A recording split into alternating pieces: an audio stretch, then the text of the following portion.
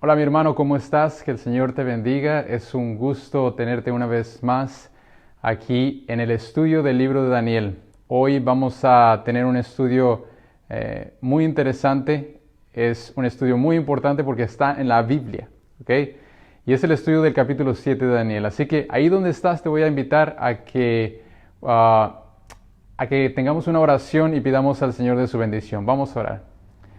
Amante Padre que estás en el cielo, gracias por la oportunidad que nos das, Señor, de estudiar tu palabra. Queremos pedirte que en este momento tú nos llenes de tu Espíritu Santo y nos dirijas en el estudio del capítulo 7 del libro de Daniel. Que podamos comprender no solamente la teoría, pero podamos aprender los principios que nos enseñan a vivir una vida diferente, una vida semejante a la tuya. Te pedimos todo esto y pedimos de tu bendición para cada uno de nosotros. En el nombre de Jesús. Amén. Muy bien, hermanos, el tema de hoy, como ya les dije, es relacionado con el capítulo 7 del libro de Daniel. Específicamente, hoy vamos a hablar del cuerno pequeño. En el libro de Daniel hay un elemento llamado cuerno pequeño, ¿ok? Para explicarte esto de una manera más simple, tengo que regresar una vez más a lo que yo llamo el principio bíblico de la repetición y de la expansión. Si tú recuerdas en los estudios anteriores, hablamos de que este principio de la de la repetición y la expansión está por toda la Biblia, desde el Génesis hasta el Apocalipsis. Si tú no has escuchado esto, te lo voy a explicar rápidamente. La Biblia se repite constantemente enseñándonos principios una y otra vez. Las historias que están en la Biblia son repeticiones de los mismos principios. Te voy a dar un ejemplo para que lo comprendas. En el libro del Nuevo Testamento, por ejemplo, el libro de Mateo, de Marcos, de Lucas y de Juan, son los llamados evangelios. Estos libros, cuando tú los lees, parece que fueran las mismas historias una y otra vez, y en realidad hay muchas historias que están repetidas. Sin embargo, cuando tú miras detenidamente, te vas a dar cuenta que en realidad hay principios que aunque son repetidos, el Señor nos los muestra desde una perspectiva diferente. El Señor quiere que comprendamos estas cosas de una manera profunda. Por eso el Señor repite y repite y repite. El Señor es un maestro. Y esa es la técnica y el método que la Biblia utiliza. La técnica de la repetición. Después, cuando repite otra cosa, nos la expande y nos la explica de una manera mejor. Este principio está también en el libro de Daniel. Ya te lo había explicado anteriormente. En el libro de Daniel, capítulo 2, encontramos una imagen, una estatua que representa los reinos que gobernaron el mundo hasta nuestro tiempo, comenzando por el reino de Babilonia, que es representado por una cabeza de oro. Después, los brazos y el pecho de plata representan Medo-Persia. Después, el vientre y los muslos, que son de bronce, representan a Grecia. Y después, finalmente, Roma, que es representada por el hierro, ¿ok? Roma llega hasta el final de la historia. Según la imagen, se divide en 10 dedos, ¿ok? Nosotros sabemos en la historia de los reinos de este mundo, Roma nunca fue conquistada por otra nación. Roma se dividió efectivamente en 10 naciones diferentes. Y esto lo estudiamos anteriormente. Si tú te gustaría aprender un poco más de esto, te recomiendo que vayas a los estudios anteriores que ya están en la página de la Nueva Esperanza, ¿ok? Bueno, en el libro también, hermanos, de Daniel 7 se repite exactamente la profecía de Daniel 2. Este es un principio otra vez de repetir, pero ahora el Señor va a expandir un poquito más nuestro entendimiento.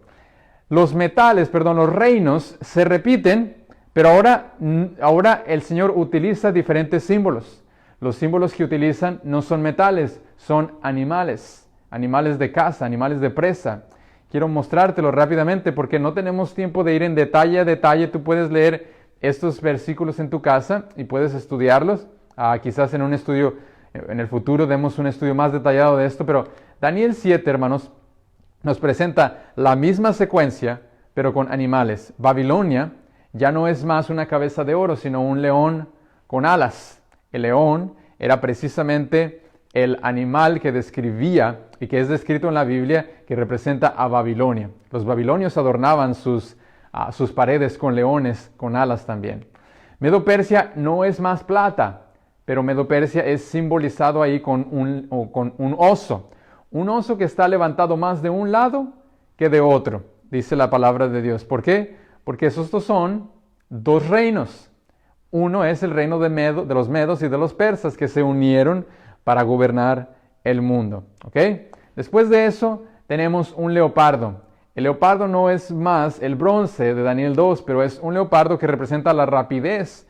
Este leopardo tiene alas, porque este leopardo realmente representa la rapidez con que Alejandro el Magno, el rey de Grecia, conquistó los reinos de este mundo. Este leopardo también tiene 4 cabezas, porque cuando Alejandro Magno murió, su reino se dividió en 4 partes diferentes hacia el oeste, hacia el este, el sur y el norte. ¿Ok? Y finalmente, hermanos, tenemos Roma. Roma en Daniel 2 son las piernas de hierro, divididas en 10 dedos. ¿Ok? Finalmente se divide en 10 dedos. En Daniel 7 encontramos algo diferente. Encontramos una bestia con dientes de hierro, ¿ok? Dientes de hierro, y también en su cabeza 10 cuernos. Daniel 2, 10 dedos. Daniel 7, 10 cuernos. Ahora, en estas dos profecías hay elementos que son diferentes a la profecía misma. En Daniel 2 encontramos metales y al final hay un elemento diferente. El elemento diferente en Daniel 2 es el barro. El barro, ¿ok, hermanos? En la palabra de Dios, el barro, según Jeremías, creo que es capítulo 18, representa la iglesia, representa un grupo de adoradores, ¿ok? El barro. Esto nos dice en Daniel 2 que este elemento no es un reino realmente civil, sino es un reino religioso que finalmente se va a unir a Roma. Eso es lo que nos está diciendo Daniel capítulo 2. Ahora, Daniel 7, por su lado, presenta también un elemento extraño. No es barro, pero es un cuerno pequeño. ¿Ok? Daniel 2, barro. Daniel 7, un cuerno pequeño. Vamos a ver lo que la palabra de Dios nos dice respecto de este cuerno pequeño. Daniel 7:8 dice así: mientras yo contemplaba los cuernos, he aquí que otro cuerno pequeño salía entre ellos. Ahora vamos a ver la descripción que la Biblia da de este cuerno pequeño. Note usted, ahí en Daniel 7:8 dice, en Daniel 7:8 dice: y delante de él fueron arrancados 3 cuernos de los primeros. Y he aquí que este cuerno tenía ojos como de hombre y una boca que hablaba grandes cosas. Y veía yo que este cuerno hacía guerra contra los santos del Altísimo, y el cual sería diferente de todos los otros reinos. ¿Ok? Ya ahí la Biblia nos está diciendo que este cuerno pequeño representa un reino, pero es un reino diferente. Vamos a ver más adelante de qué se trata. Daniel 7:25 dice: y hablará palabras contra el Altísimo, y a los santos del Altísimo quebrantará. Y luego dice: y pensará en cambiar los tiempos y la ley, y serán entregados en su mano por tiempo y tiempos y medio tiempo. Ok, aquí vimos aproximadamente 8 características del cuerno pequeño. Ok, y estas son las 8 características que nosotros vamos a analizar en este día. Primera característica: salía de entre ellos. Segunda característica: arranca 3 cuernos de los 10 cuernos. ¿Ok? Los cuernos representan reinos. Hablaba grandes cosas. En la Biblia, grandes cosas se refieren a las blasfemias. Este cuerno pequeño es una ilustración también, es una figura para simbolizar un reino que se repite también en el libro de Apocalipsis. ¿Ok? Este cuerno parecía más grande que sus compañeros, dice la palabra. Era también diferente de los otros. Quebrantará a los santos del Altísimo, pensará en cambiar los tiempos y la ley, y finalmente serán entregados por tiempo y tiempos y medio tiempo. ¿Ok? Ahora la pregunta es muy simple: ¿qué poder cumple con todos los requisitos que acabamos de mencionar?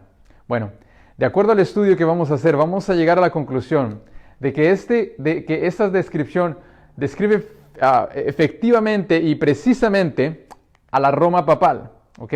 La Roma papal. Ahora, déjeme decir algo antes de seguir con este estudio. Y eso es muy importante que lo comprendamos. No estamos hablando de individuos precisamente cuando hablamos de la Roma papal. Estamos hablando de un sistema, ¿ok? Así que todos esos que están, aquellos que están escuchando, no quiero que se sientan ofendidos por lo que vamos a leer. Vamos a tratar de leer lo que bíblicamente está establecido, ¿ok? Y después tú tendrás la oportunidad de hacer una decisión con respecto a esta información que se te presente. Pero no es un ataque contra una iglesia o contra una persona. Es realmente una descripción de lo que la Biblia llama este poder, ¿ok? El cuerno pequeño. Y vamos a ver si esta descripción realmente cabe con la descripción de la Roma papal. Vamos a analizar estas características del cuerno pequeño. Primero, salía entre ellos. Si es que este cuerno pequeño sale entre los 10, y estos 10 son las 10 naciones de Europa en que Roma se dividió en la antigüedad, quiere decir que este cuerno pequeño tiene que salir en medio ¿de dónde? De estos 10 cuernos, exactamente. Por eso la Biblia dice, mientras yo contemplaba los cuernos, he aquí que otro cuerno pequeño salía entre ellos. Aquí tenemos, mis hermanos, la Europa occidental en la cual Roma se dividió. Los 10 países, 10 tribus bárbaras que conquistaron este territorio. Bueno, ahí precisamente, hermanos, es donde la Roma papal tuvo su surgimiento. Ahí es donde nosotros encontramos que surge la Roma papal. Entonces, efectivamente, hermanos, efectivamente la palabra de Dios nos está diciendo que este cuerno sale entre esos 10, tiene que apuntar precisamente a un reino que sale entre estos 10. Y tiene que ser algo pequeño, porque dice la palabra que es pequeño. Bueno, hasta ahorita lo que podemos ver o lo que podemos analizar tal vez no sea suficiente, pero vamos a seguir avanzando. El siguiente punto es este. Este cuerno pequeño arranca otros 3 cuernos de los 10. Vamos a ver el versículo. Delante de él fueron arrancados 3 cuernos de los primeros. Bueno, hermanos, si usted se da cuenta, en la secuencia que vimos anteriormente, países tribus bárbaras que tomaron posesión de Roma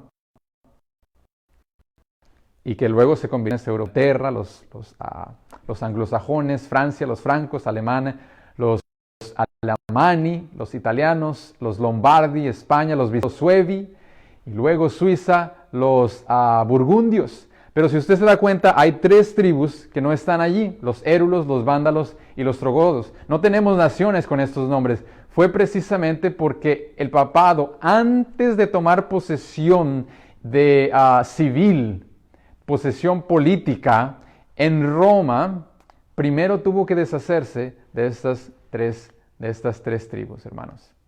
Y saben, esto es una fecha importante porque en 538 después de Cristo, el papado asciende al poder finalmente. Se deshace de la última de estas 3 tribus que estaban en contra de las políticas del papado. Así que el papado se deshace primero de los érulos, luego de los vándalos, finalmente de los ostrogodos en 538 después de Cristo. Y el papado, que anteriormente era solamente un poder religioso, ahora toma características de un poder también político. La siguiente es que dice la palabra que hablaba grandes blasfemias. Ahora, en la palabra de Dios, hermanos, bueno, primero vamos a leer el versículo. Dice aquí que este cuerno tenía ojos como de hombre y una boca que hablaba grandes cosas, ¿ok? Grandes cosas, blasfemias.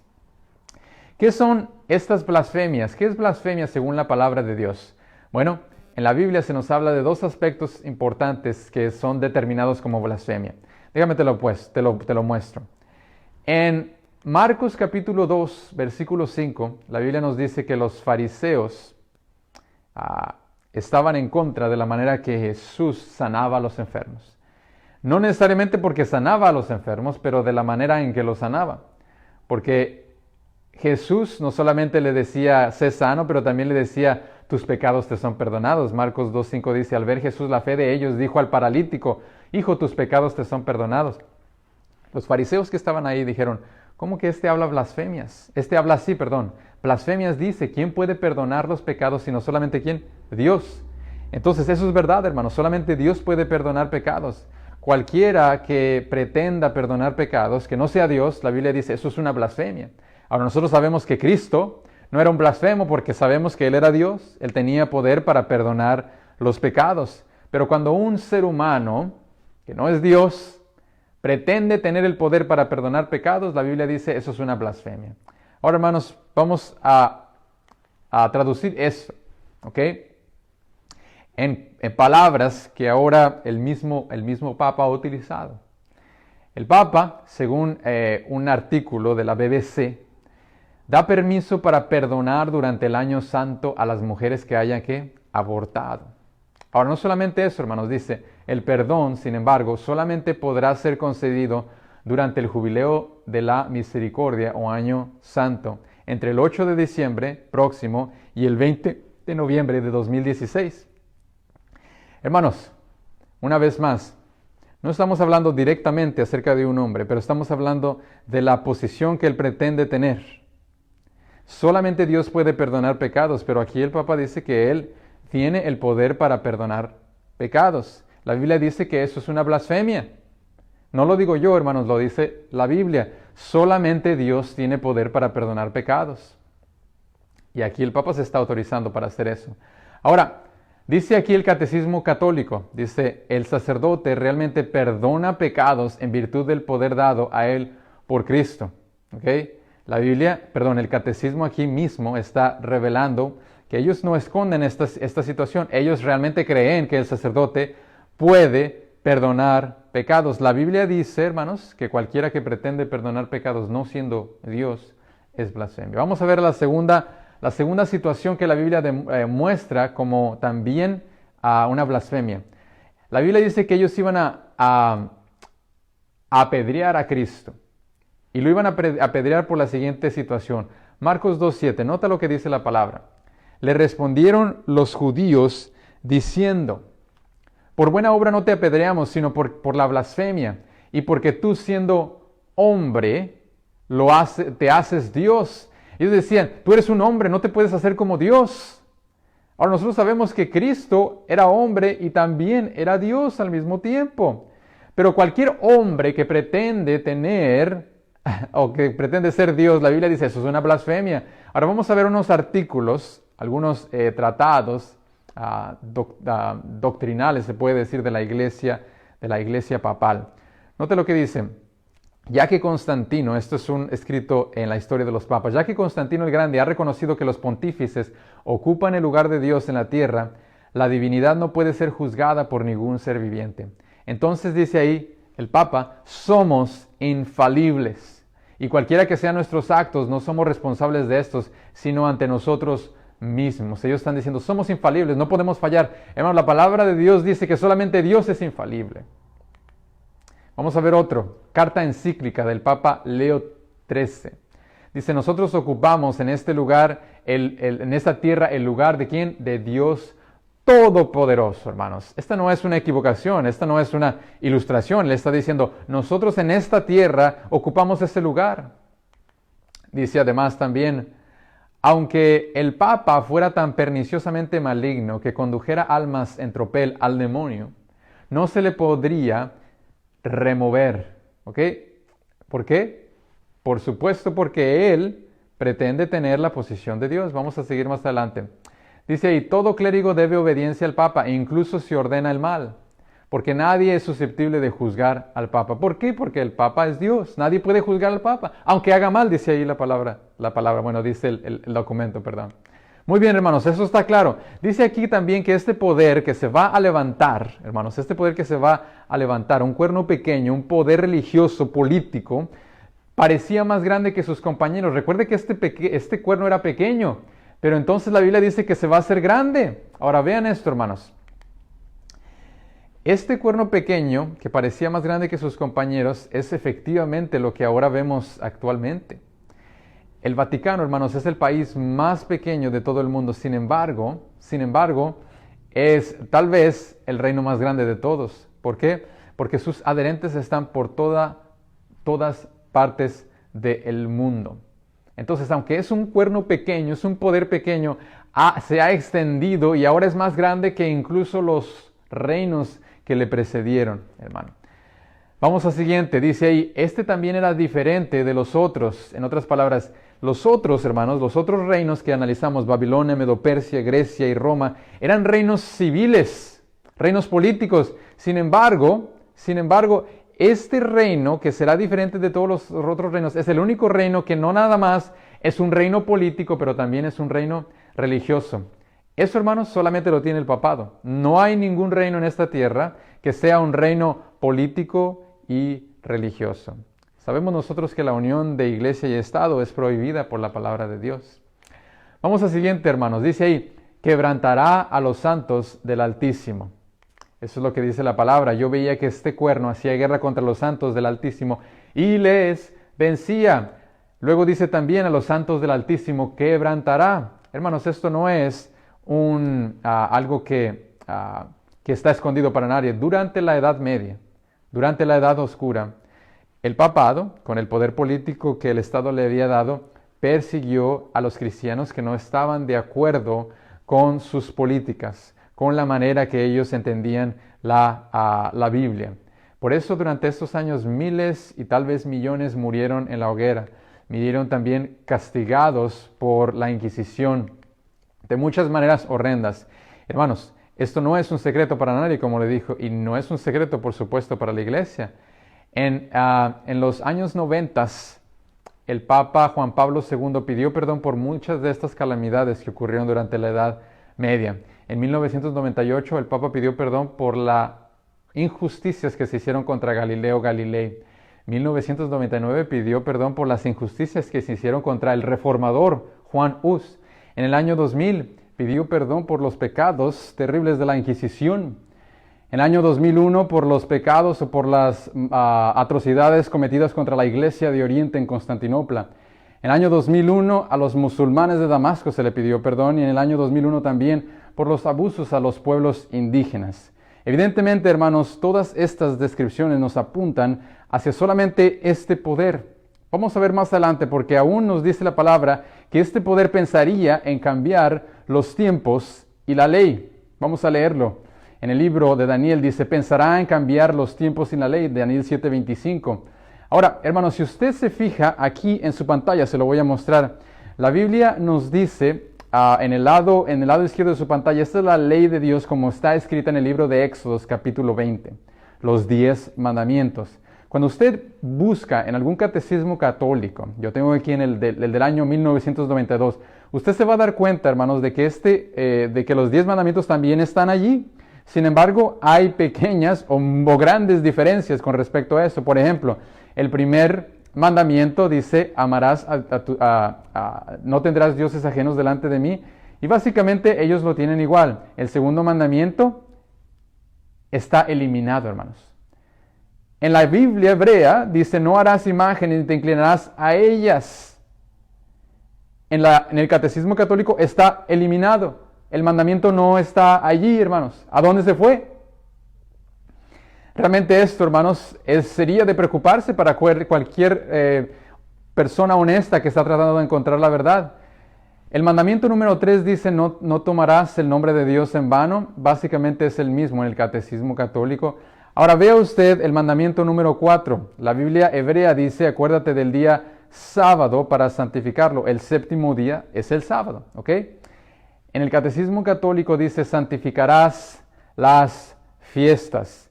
En las versiones en inglés, muchas de ellas dicen, en la versión católica dice, guardarás el día del Señor. Hermanos, esta es un cambio a los escritos hebreos. La Biblia no dice, guardarás el día del Señor. Dice, guardarás el séptimo día santo. Que, por cierto, el día del Señor en la Biblia siempre es el día sábado. Nunca el día del Señor es llamado el domingo. Nunca, hermanos. O el domingo nunca es llamado el día del Señor. En ninguna parte en la Biblia usted va a encontrar eso.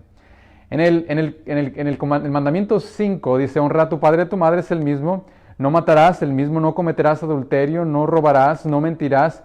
Ahora, hay un problema aquí, hermanos, porque al final tú tienes en el catecismo un mandamiento que está eliminado. Bueno, lo que la iglesia hizo fue algo muy simple. Básicamente, el 10º mandamiento, que es no codiciarás la casa de tu prójimo, la mujer de tu prójimo, En el catecismo está dividido en dos. El primero, no codiciarás la mujer de tu prójimo, y el último, no codiciarás los bienes ajenos. Interesante. La Biblia dice que este cuerno pequeño pensaría en cambiar los tiempos y la ley, pero la ley, hermanos, no puede ser cambiada. Los mandamientos de Dios no pueden ser cambiados, son una transcripción del carácter de Dios.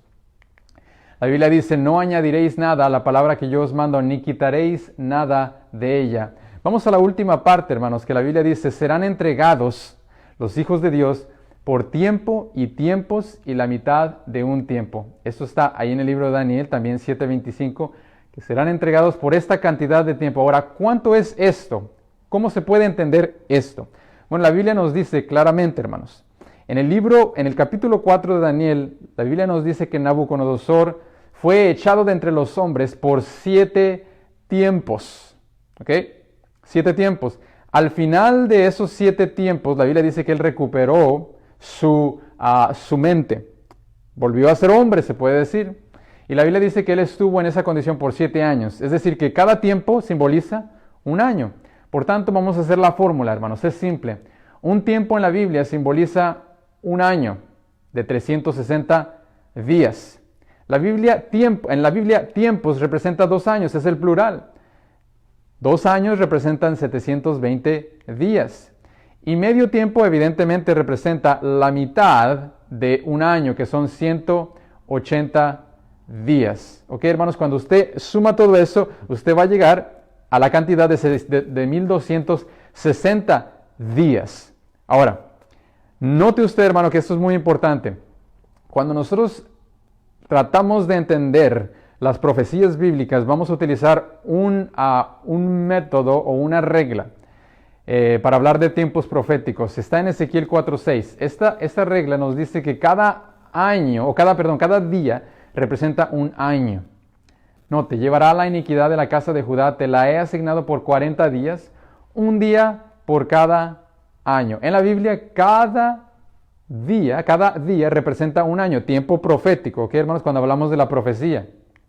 Esto quiere decir que estos 1260 días son en realidad 1260 años. La Biblia nos está diciendo aquí que este cuerno pequeño, este poder civil y político, iba a perseguir a los hijos de Dios por 1260 años. Eso es simple, hermanos. Adivine qué, hermanos. La supremacía papal, ¿cuánto duró? Bueno, eso es muy sencillo. Cuando usted parte del año donde el papado destruyó a la última de las tribus, de estas 3 tribus que fueron destruidas al principio, en el 538, donde el papado obtiene completo control, se le otorga a un ejército, la cantidad, hermanos, es precisamente 1260 años. Partiendo del 538, usted suma 1260 y va a llegar al año 1798. Este es el final del poderío del papado en 1798. ¿Por qué? Porque en este año se le infringe una herida al papado.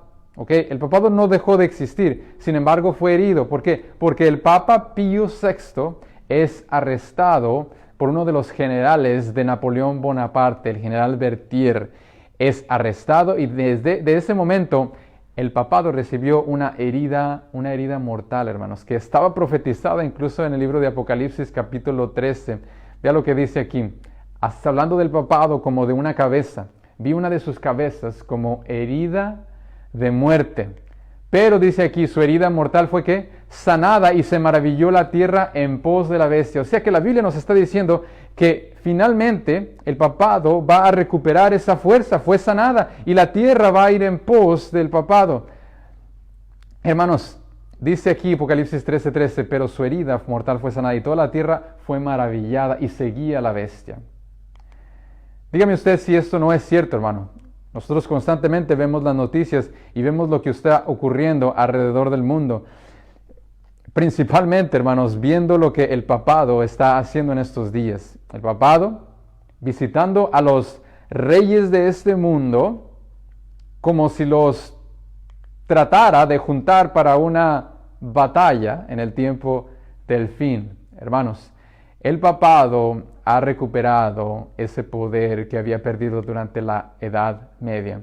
Esta es una de las fotos más tal vez famosas donde 3 presidentes de los Estados Unidos están ahí frente a Juan Pablo II.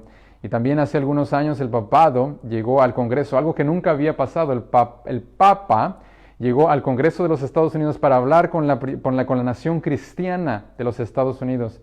Hermanos, recuerden que esta nación de los Estados Unidos salió de Europa huyendo del papado. La reforma que se levantó en Europa era la reforma causada por las desolaciones, la destrucción y la persecución del papado. A partir de eso, hermanos, peregrinos vinieron a los Estados Unidos buscando un lugar para adorar a su Dios libremente. Ahora el papado ha recuperado ese poder y ahora lo está utilizando, hermanos. ¿Qué es lo que nos espera? Bueno, precisamente, hermanos, es lo que nosotros vamos a ver el día de mañana. El día de mañana va a ser la última presentación de nuestra serie, Los sabios se entenderán. Esperamos que este estudio, hermanos, sea un estudio que nos lleve a comprender que estamos viviendo en los tiempos finales de la historia, que nos ayude a entender cómo Dios está en el control de la historia, que nos ayude a entender cómo Dios quiere que nosotros estemos del lado de la verdad, que nos ayude a entender, hermanos, que el Dios de la palabra es el Dios de la verdad. No hay otro Dios, no hay otro nombre dado a los hombres en que podamos ser salvos. Así que, hermanos, te invito a que mañana, una vez más, nos sintonices y estés con nosotros para estudiar el libro de Daniel, esta última presentación. Vamos a hacer una oración y a pedirle al Señor que nos siga ayudando y siga mostrando estas verdades en su palabra. Querido Padre, gracias, Señor, por mostrarnos que tú estás en el control de la historia. Mostrarnos que tú has profetizado el fin desde el principio. Ayúdanos, Señor, a reconocer que estamos viviendo en estos tiempos en que tú dijiste que iban a suceder estas cosas. Padre, ayúdanos a prepararnos no solamente con conocimiento, pero con principios de vida que transformen nuestro corazón y nuestra mente. Ayúdanos a aceptarte hoy y ayúdanos a vivir por cada palabra que surge de tu boca. Señor, gracias por todo. Pido una bendición para aquellos que están escuchando y te pido, Señor, que nos sigas bendiciendo. En el nombre de Jesús. Amén. Que el Señor te bendiga a ti y a tu familia. Nos vemos mañana.